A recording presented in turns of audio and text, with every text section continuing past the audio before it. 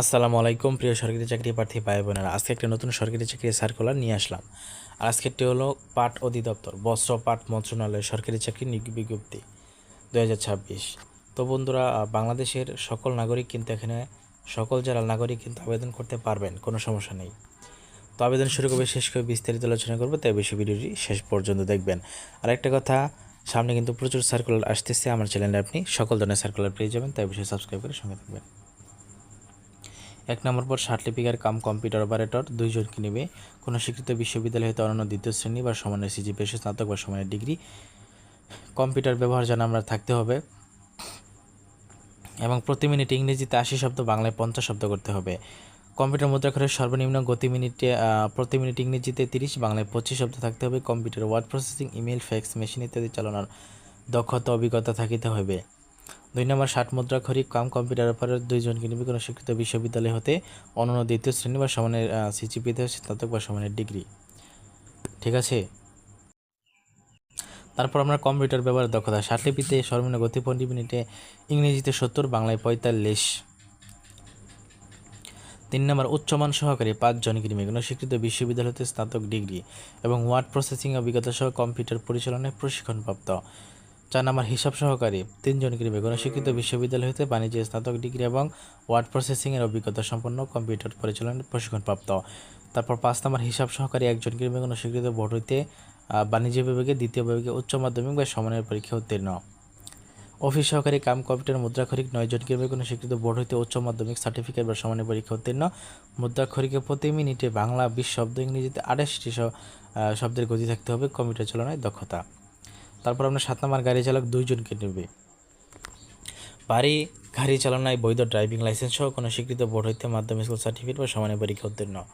তারপর 8 নম্বর অফিস সহায়ক সবচেয়ে বেশি লোক নেবে 20 জনকে। কোনো স্বীকৃত বোর্ড হইতে এসএসসি পাস হলেই হবে। তারপর 2 নম্বরে আছে আবেদন ফর্ম পূরণ এবং পরীক্ষায় অংশগ্রহণের ক্ষেত্রে নিম্নবর্ণিত শর্তাবলী অবশ্যই অনুসরণ করতে হবে। 1/জুন/2026 খ্রিস্ট তারিখে বয়সসীমা 18 থেকে 32 বছর হতে হবে। তবে ক্রমিক 1 ও 2 নং এর জনলিখিত পদের বিভাগীয় প্রার্থীর ক্ষেত্রে সর্বোচ্চ বয়সসীমা 40 বছর পর্যন্ত শিথিলযোগ্য। বয়স প্রমাণের ক্ষেত্রে এফিডেভিট গ্রহণযোগ্য নয়। তারপর আপনাকে আছে আরও কিছু, ঠিক আছে।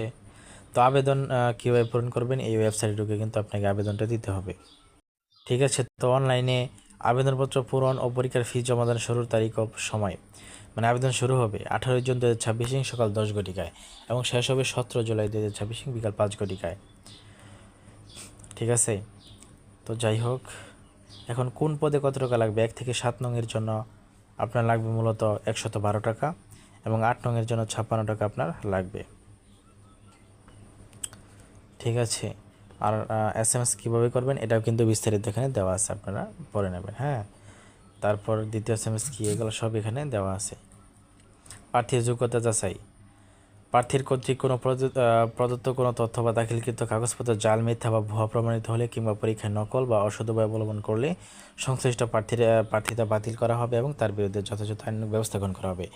ভুল তথ্য, জাল কাগজপত্র প্রদর্শিত হলে পরীক্ষায় উত্তীর্ণ যে কোনো প্রার্থীর প্রার্থিতা বাতিল করার ক্ষমতা কর্তৃপক্ষ সংরক্ষণ করেন এবং প্রার্থীকে মৌখিক পরীক্ষা বা ভাইবার সময় কি একটি সকল শিক্ষাগত যোগ্যতার মূল কপি দেখাতে হবে এবং একটি করে সত্যায়িত কপি কিন্তু দেখাতে হবে। তো ক নাম্বার হচ্ছে প্রার্থীর সকল শিক্ষাগত যোগ্যতার সনদপত্র, সকল প্রার্থীর যে ইউনিয়ন পরিষদ আছে বা সিটি কর্পোরেশন এগুলো আছে সেখানের নাগরিকত্ব সনদপত্র, চারিত্রিক সনদপত্র এগুলো আপনার লাগবে। তারপর আপনার আছে প্রার্থীর জাতীয় পরিচয়পত্র বা জন্ম সনদের সত্যায়িত ফটোকপি। আপনার মা বাবাটা এখানে দেওয়া নেই, তবু আপনি নিয়ে যাবেন, নাকি নিয়ে গেলেও সমস্যা নেই, তবে নিয়ে গেলেন সমস্যা নেই। তারপর অনলাইন অ্যাপ্লিকেন্টস কপি, ওকে। তো এটাই, তো বন্ধুরা এটাই ছিল আজকের সার্কুলার। খুব দ্রুত নতুন সার্কুলার নিয়ে আসছি, আর প্রচুর পরিমাণে কিন্তু সামনে সার্কুলার আসবে, তাই অবশ্যই আমার চ্যানেলটা আপনারা সাবস্ক্রাইব করে কিন্তু সঙ্গে থাকবেন, ওকে। তো এটাই আজকে, ধন্যবাদ সবাইকে।